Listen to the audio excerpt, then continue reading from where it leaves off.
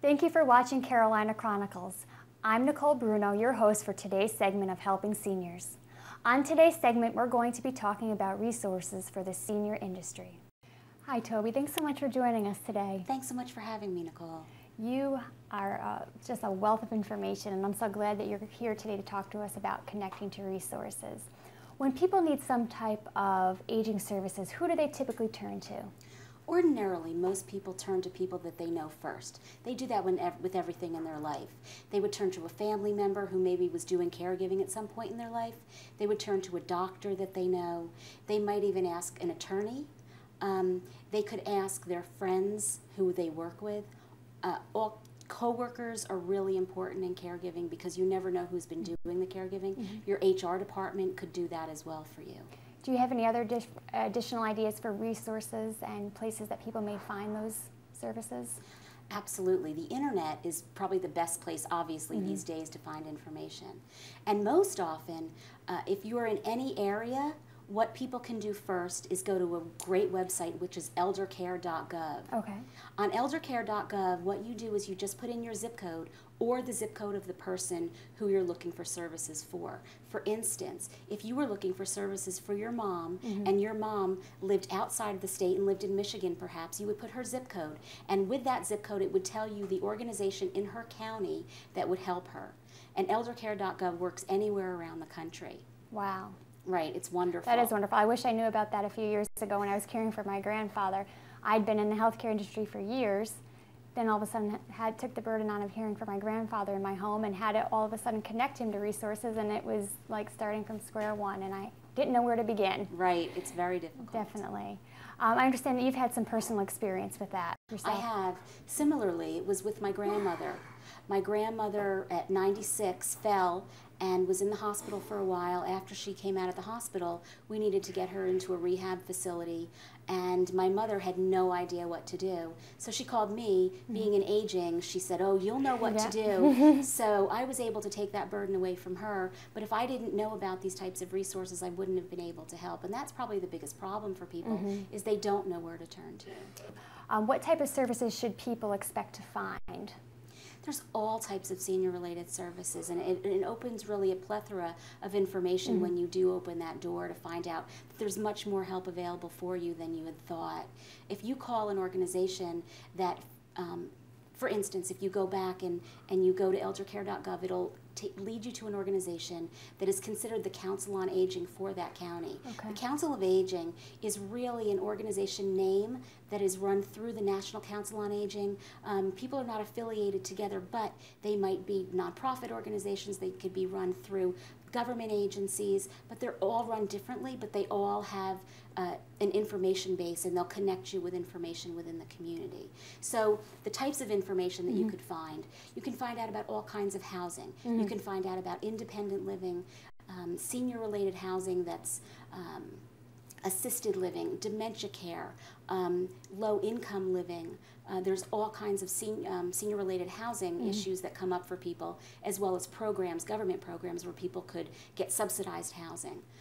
In addition to housing, there are also ways to help your home with home modifications. Sure. So there are organizations that will help and build ramps for you, install grab bars into your home, do bathroom modifications, which are really important if someone becomes wheelchair bound and now the home needs all types of modification.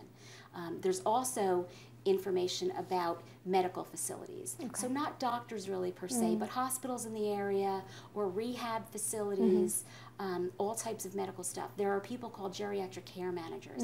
Geriatric care managers will do all of this for you and research all of this for you and help you make the best decision. There are so many types of resources that are available.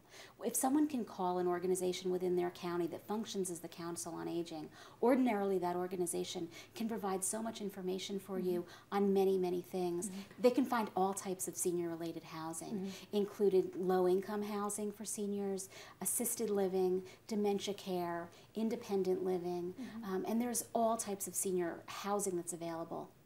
And that information is available through the Councils on Aging. Okay. In addition to housing, people can find information about home care and all types of home care, from people that can come into your home to adult daycare, which is care that is outside of the home. They can also find information about physical therapy facilities and rehab facilities that are very important sometime if someone has a stroke and needs some rehabilitation. They can also find information on geriatric care management. Geriatric care managers will help you to source all kinds of information so that you don't need to really do it yourself. In addition to that, they can provide you with information on mortgage assistance. They can also find information about how to downsize your home. It's often difficult for people to find places to do that, but there's organizations that will help you and minimize what you have and help you to move to a new home. Great. There is so much out there available for seniors. It's There amazing, is. and I think growing every day. There is. One of the other things I wanted to ask you about is why do people typically call on organizations like the Department on Aging? They would ordinarily call an organization like this for many, many reasons. Oftentimes, it's because something has happened. For most things in our life, we don't ever do it until we have to do it. So a lot of times that is in a crisis situation. So they don't know who to turn to. They find an organization like this if in fact someone has perhaps had a stroke and is now in the hospital, someone has had a heart attack, someone has found themselves even with a broken leg and now is in a wheelchair for a while and cannot get into their home because they have stairs getting into their home and so they need a ramp built. Oftentimes they're calling an organization like this because mom has been acting a little bit differently and you don't know what to do.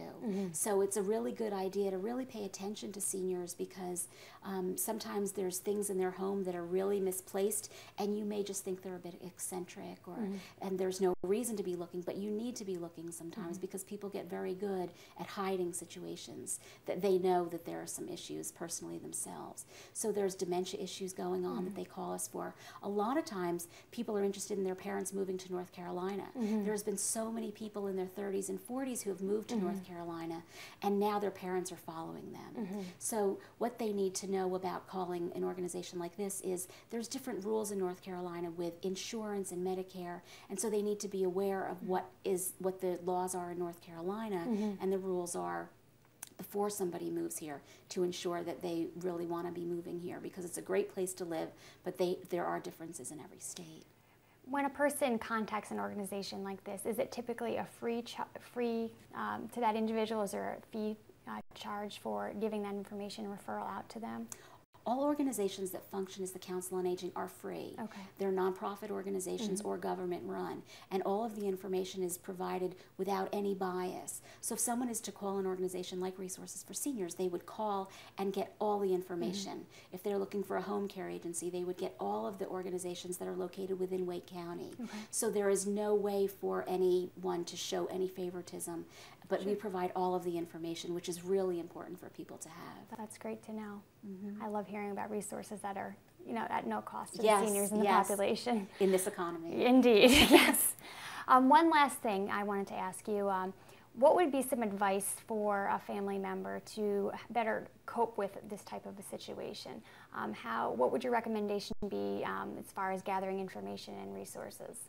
I think the best information that anyone could obtain is to do it before a crisis happens. Pre-plan, yes. Oftentimes people don't do that because you don't really want to think of the inevitable. We don't think of our own mortality, let alone our parents' mortality. So it's the last thing we want to sit down with mom and dad and talk about what's going to happen if we need to move you out of your home. What's going to happen if dad has a heart attack? How are we going to take care of this? And people really put that off, and it's really unfortunate because you're not going to make sound decisions, and they're not going to be easy decisions when they are in a situation of crisis. So if they make the decisions beforehand, it'll be much easier, and you don't have to have that burden upon you. We hope this segment has been helpful. For more information about Resources for Seniors, please visit our website at www.carolinachronicles.com. Stay tuned for more stories from our friends and neighbors right here on Carolina Chronicles.